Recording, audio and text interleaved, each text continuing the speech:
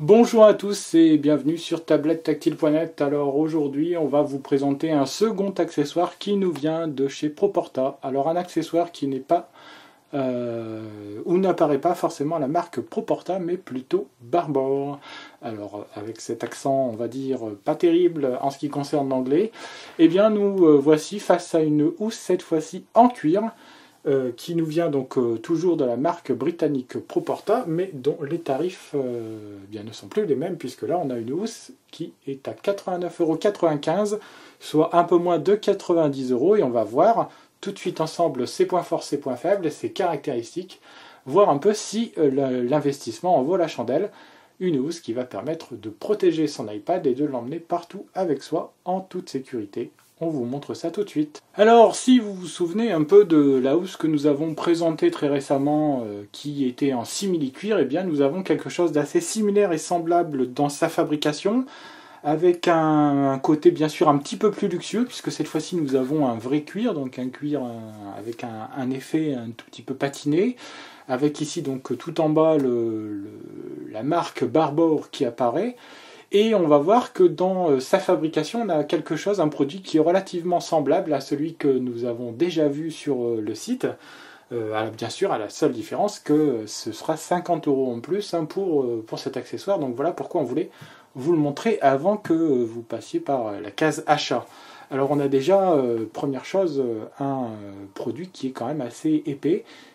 Encore une fois, un produit qui va venir donc donner de l'épaisseur, du volume et du poids à votre iPad Air. Alors, comme pour la housse en simili-cuir, donc nous avons à l'intérieur une coque en plastique avec derrière donc une petite épaisseur en cuir, voilà. Et bien sûr, le tout est rattaché à la partie avant, qui est une partie donc qui possède aussi deux petites butées à l'intérieur, avec un style écossais donc qui apparaît sur ces deux petites butées dont vous comprenez, je pense, déjà le fonctionnement. Elles vont permettre de venir mettre votre tablette en position légèrement inclinée. Donc deux positions qui vont être disponibles.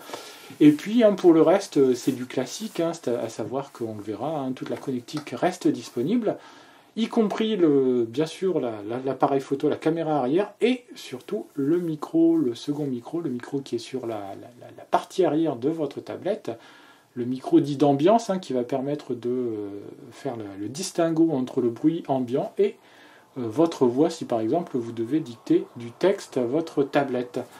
Donc on va regarder un peu tout cela avec l'iPad positionné à l'intérieur. Alors comme toujours, c'est le même type de fonctionnement que d'habitude. Vous venez glisser votre iPad à l'intérieur et voilà, comme ceci.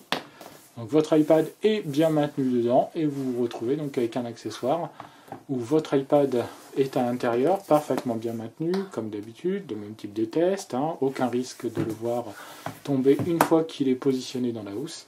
Et voilà donc le résultat que vous obtenez.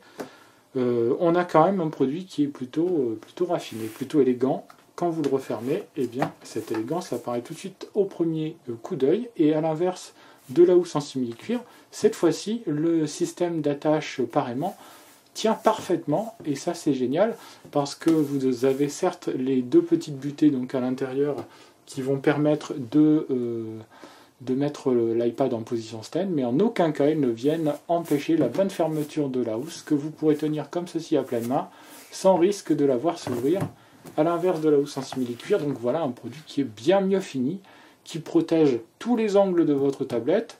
En plus vous avez la protection en cuir qui est légèrement avancée et qui vous permet vraiment d'avoir un iPad à 100% protégé à l'intérieur, donc vous pourrez l'emmener partout avec vous sans risquer d'abîmer votre tablette. Donc là on a un produit qui est quand même bien fini, bien mieux fini que la housse en simili-cuir, avec une fermeture qui est idéale, avec donc ce système d'aimant, l'iPad qui s'allume et qui s'éteint quand j'ouvre et quand je ferme ma housse, donc pas besoin de me poser la question est-ce que j'ai éteint ma tablette ou pas.